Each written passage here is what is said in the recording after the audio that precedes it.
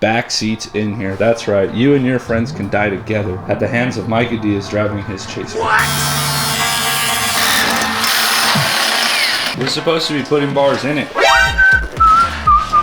I mean, it's not bad. Oh, saw that. I heard that a ride along today. Smack the driver in the back of the head. Stupid. Why'd you roll us? Yo, dude, before we get started with today's episode, we just want to say thank you to a couple of the big channel partners. Obviously, one of them is myself and my wife, Hannah, which is Holdfast. If you guys want to support us directly, head over to holdfast-usa.com. Pick up a steering wheel, pick up some bumper pins, pick up a t-shirt. Helps us out a lot, and we appreciate your support. Another major partner of the channel is FDF Race Shop. They make angle kits for all kinds of cars, along with rear arms and camber arms and tow arms and all kinds of stuff. Seat brackets, handbrakes, they do almost everything in any chassis that you're drifting. They probably make parts for it. So make sure you head over to fdfraceshop.com and check out what they got. On top of everything that they do, they also do custom colorways. I did a teal on the E36. One more partner on the channel is GT Radial. They supply us with all of our rubber needs, from the tow rig all the way down to the drift car and the trailer. Everything is covered with GT Radial. They've been a big support for us. As you know, they're hyper dedicated to drifting. They are taking Formula Drift by storm. So if you're in need for tires or things like that, or you really want to feel what a good tire feels like, head over to GT Radial and get yourself some Champero SX2 RSs, 255s. They're pretty freaking nasty. And last but not least, Motegi Racing, making some of the sickest designs, original designs, and even buying the rights to the MB Battle. That's pretty sick. So listen, Motegi does all kinds of stuff: monoblocks, two-piece wheels, custom powder coats, polish, all kinds of goodies. With sick style and affordable prices, Motegi's easily just the answer for you. The ads are done. We're done plugging everybody. Back to the video. I hope you guys enjoy it. Don't forget, leave a like, and if you want to see more of this stuff, subscribe. Don't miss an episode. See you. All right, boys, so I kind of talked to you guys a little bit about what the purpose of this car was. The goal of me getting this Chaser was to create a car that I could do ride-alongs with you guys in. Now, with one seat, that's pretty cool. But there's nothing like almost dying with your friends. That's what makes memories. Remember that time we almost died in the mountains together in a car? That's tight. Now, if we can create that memory with 3 of you guys, that's even better. So, Tony's here today, and the goal today is to chop up the rear cage in the Chaser because we want to put back seats in here. That's right. You and your friends can die together at the hands of Micah Diaz driving his Chaser. There's a couple of things we got to get done. This back seat's pretty tight already as it is because of how far the B-pillar is, but it's necessary because I'm a big back, and so I need space. But what we really need to do is get rid of these 2 bars here, this midstay and then this C-pillar, if you will.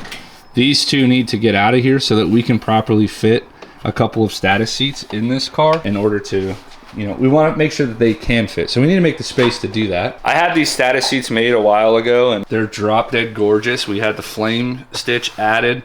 I walked in the office and saw this and was like, I need that, and I need that on a black and white seat with the Holdfast logo as well. So this is one of our collab seats. And some of you guys have seen these and commented on them and asked where you can get them. You can get them at holdfast-usa.com on my website. We'll have those readily available. When we got this seat made, we originally got 4 of them made because with the giveaway Chaser that we gave away, that car was supposed to be our ride-along car. That was the goal of that car. And so in finding this car, we bought this car and decided this one was further along. It was more in the direction we wanted to go anyways. And so we should just give away the other Chaser and turn this one into the ride-along car. And so that's what we're doing. That's what Tony's up to right now with a freaking Sawzall in his hand. This blade is scary, dude. That blade's legit, dude. It's gonna work, too. I might cut the blade down a little bit. I mean, too crazy. You do what you gotta do, brother. So we have 4 of these seats, and the goal today is to try to get these seats into this car. A couple of other upgrades. It wasn't making enough fuel pressure at the higher RPMs because the pump that's in it isn't sufficient. And so what we did was called up the homies over at Radium. Radium is gonna be sending us a brand new 14-gallon fuel cell for this thing with a lift pump, 2 feed pumps, a level sender, and a remote fill for the tank. So we'll be able to get rid of this big old hunk of turd that at about half a tank just fuel sloshes and cuts fuel anyways. So we're gonna get rid of that. We're not gonna have any more of those issues. It'll have a fuel cell. We'll feed it to the original door with using a radium cap. We'll be able to go back to FTA and get a proper tune done on this with proper fuel pressure. The car's already great and amazing. You guys have been watching content of me drive this thing around. Awesome car, rips, but most of the time when you've been seeing me drive this, I've been driving it at 16 pounds. I haven't been able to drive it at 20 pounds of boost because it just doesn't have the fuel and it's just sketchy. So with the radium system, it doesn't matter what we do with this motor. We can do a 2J bottom, we can do a 4200 swap, we can do whatever the hell we want. And the radium system will be plenty strong to produce enough E85 for this engine to make 1200 horsepower. I think each of the Walbro 4 whatever, I forgot what they are exactly. We'll go over the specs when the tank gets here. But each one of those is rated for like 600 horsepower and there's 2 of them. So we're good for up to about 1200 horsepower.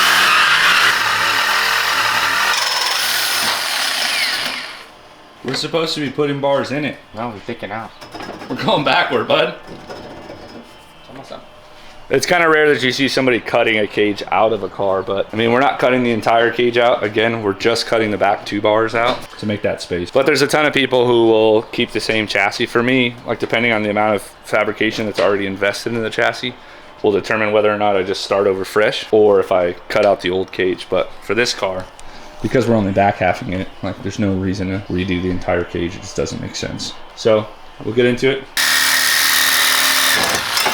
Hey-o. Look at that. Rear half out.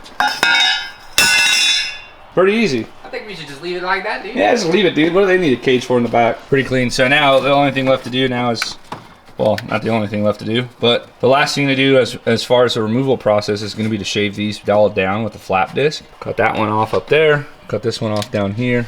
Make it look like it was Flat never ones. happened. Yep.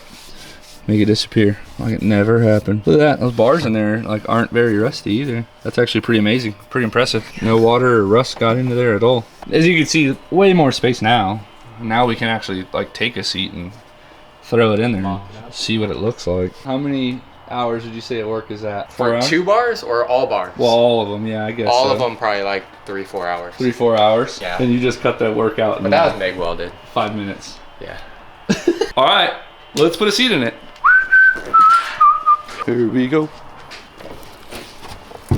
I mean, it's not bad. Well, it's this. There's a big old chassis you're running into over here.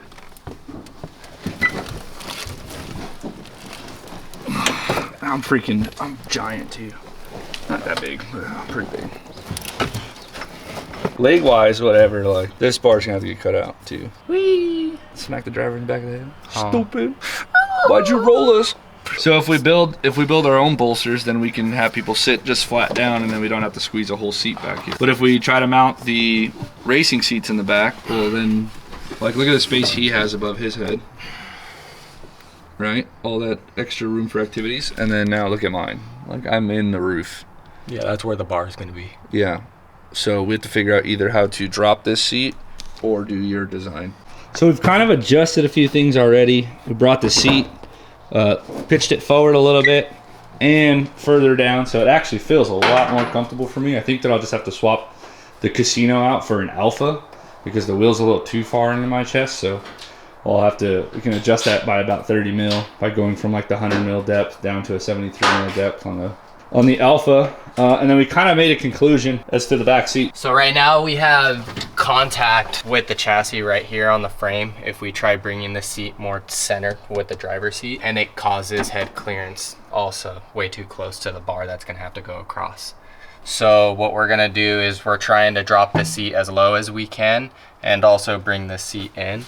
So we're gonna be getting rid of this bracket and trying to window this to cap it out and then bring the seat down and build little tabs for it. So the goal is really just get the seats in. We're gonna use the status seat and we're gonna try to get it in and down toward the center as much as possible. A lot of this has to start getting cut up, and so as we continue moving forward with cutting out this bottom stuff, we might have to touch the back as well to get the seats to lean. But again, the radium cell's coming, so we can actually, this whole thing is just going to be sheet metal at that point. Like, right. It's not really doing anything. There's not going to be a fuel tank behind it, so we could cut it, rebuild it, section it or whatever, and get the seats to really sit down and in there. Which right now we got the seats pretty tucked in here and starting to line up very well, but yeah, maybe have to cut out some stuff. just to get to lean back a little bit more. My dudes, it's time to call in the masters. Adam is here from Dynamic Auto Works, and Adam built the Chaser just like this, but his is way nicer and fancier. And so we're gonna pick his brain because he put back seats in his Chaser, and he's got the sauce, dude. Let's see that thing. Oh, she's freaking gorgeous. Adam's car is easily like one of the cleanest Chasers on the planet. Not to mention it's completely purpose built. Look at that freaking thing. So we want to know about your back seat situation. So for the back seats, we noticed that when we try to mock it up, when we had passengers in the back, the helmet would pretty much be right at the headliner. So what we did is we cut out the rears, dropped it, I think a good 3 inches. And then pretty much the front where you see here, you got to cut all that out because you know you'll have that lump there. Yep. For the rear seat. So you cut that out completely. We dropped it about 3 inches and we plated and secured it. And then for the back, we just pretty much plated that, did the little harness bar, and then we just did a little gusset right there. To keep it all attached. Yeah, and then we just did like a low X, so that way you could still have passengers getting in and out. We did a high center X for the harness bar and diagonal. That's so that way when they're in there, crossbars won't get in their knees. So I'll show you, I could get inside. And then we did like a handlebar right here, so that way passengers can grab it easily. Yeah. Just swing right in. It's got plenty of space in here. That thing's freaking perfect, dude. You could probably do a kickback from here and hug, so that way you could definitely lean it back a good, I would say like 3 inches. Yeah, which we're thinking would essentially lower the height of the helmets as well. Yeah, so you would just probably do the upper bar different because we lined this right up, so that way it still sits behind the passengers' helmets. All right, dude. Well, I guess we're gonna start taking a grinder to this thing and figure out what we can get away with. We're gonna get to it then. I appreciate it, dude. Thank you so much. No problem. Yeah, if you have any issues, just give us a call. Yeah, boys. Hit up Adam, follow him on IG, all that stuff. Thank you so much for the help, bro. Appreciate it. No problem. All right, Adam. Stay safe, stay blessed, brother. See ya. It's so cool having people who are in the industry and doing automotive stuff that are just down to like help and share their secrets. Like Adam didn't have to share none of that with us, but he's the homie and he wants to help. And I told him that I wanted to do this, and he sent me a Google Drive file with all kinds of photos of his car and his floor all cut out and everything that he did to his car. So I kind of wanted to show you guys what it looks like finished as we jump into the bare bones of it before it's even close to done. But it is doable. He makes a ton of horsepower, and 160 pounds is about kind of what the back seat's going to be able to handle. We're going to try to get to the 550 mark with the new radium fuel cell and get a retune with Josh, so we have proper fuel pressure this time. But I mean, we'll see what we can get away with. Tony's going to get the cutting. What you got? Leaning. I lean back. I lean back. So this is how it sits flat right now. Okay. We've got some contact before we actually Bro, you're like... get close to where we want. Yeah, you're like 9 inches, 8 inches off that back wall. Yeah, I know. Yeah, we're making contact with the floor now, and we're making contact with the side, this section right here. But the floor cutout helped a lot. Yeah, it looks like... able to drop it in and sit more, a little more natural. But it's already much better. Touching. Yeah. Oh, saw that. I heard that ride along today. This is so you guys could see kind of what size humans. See, like, that almost gave me more... What, you went center and then pushed over back? I pushed it back and down and back into the pocket instead of being lean. Yeah. This does feel better. So, Anthony's been at it, as you can see, a day and a half so far. But the front section, the front bump was all cut out. This front bracket here was cut out, and then we decided that we were going to just cut holes into the trans tunnel in order to get the seat where we want. And then this little silver guy, the driver's side and the passenger side, it's weird because these are actually different. They're not mirrored. They are different stamps. You can see like this ribbing that's going on here, and then those grooves that are going in on that side. So they're different sides, and we don't want to cut anything we don't know we need to cut. We for sure know that the trans tunnel is mirrored, and so we know how much we need to cut out of there. But as far as this corner, we're going to find out right now. But Anthony's going to shove the driver's side rear seat in, and we already did the passenger side, and it fits really well. we actually got the backing to sit where we wanted and everything. So you can see the trans tunnel relief. That's gonna drop that seat in there. So that's on the hump that is marked out but not cut. The cool thing is that the way he's got it to sit is this whole back now is resting. It's completely resting against the back of the seat like how we originally wanted it to. And then these relief cuts, they don't really mess with the drive shaft at all. It's there, but there's this little adapter T that's going on here for the hydraulic handbrake. So that's gonna have to kind of get remounted because it was mounted on this section of floor.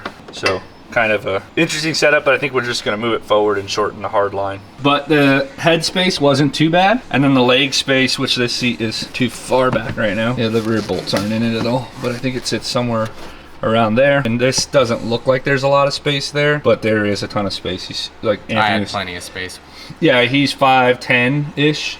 He's 5'13", and he fits in here like just fine, no problem. So then we'll have to figure out how we're gonna run the roll cage and stuff in here, but the roll cage will be the very last thing we'll do. We'll keep it in mind as we're building the rest of this all out, but it'll be the last thing that we're gonna actually tackle. So first these seats need to get mounted, and I think we pretty much got it figured out. I don't know that, I don't think it's gonna get much better than that without cutting out this entire rear end and redoing all of it.